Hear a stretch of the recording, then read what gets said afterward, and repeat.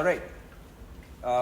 Lots of people probably wondering what this tool is, but this is a cool tool from Motion Pro. It allows you to measure sag on your motorcycle.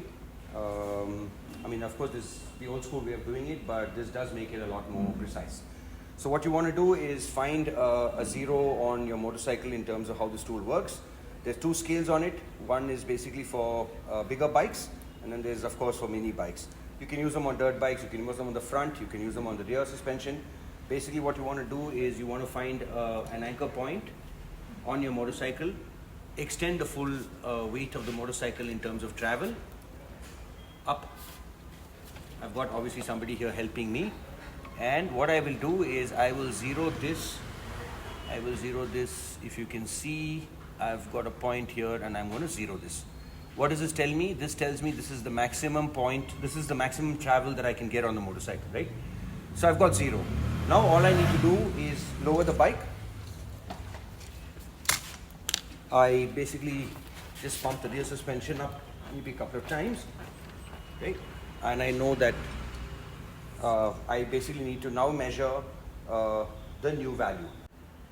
All right, so we've got step 2. So we've measured the maximum travel. What we'll do now is basically we want to see what is static sag. So we want to basically pump the rear a bit just so that it settles without adding any weight on it. I've not changed my anchor point, but I know that the bike is now obviously putting some weight on the rear because the suspension is compressed.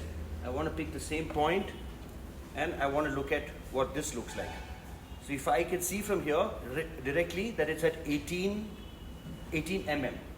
So if you can see the blue line and where the marker is, it's about approximately 18 mm, right? So immediately tells me that I've got a sag of 18.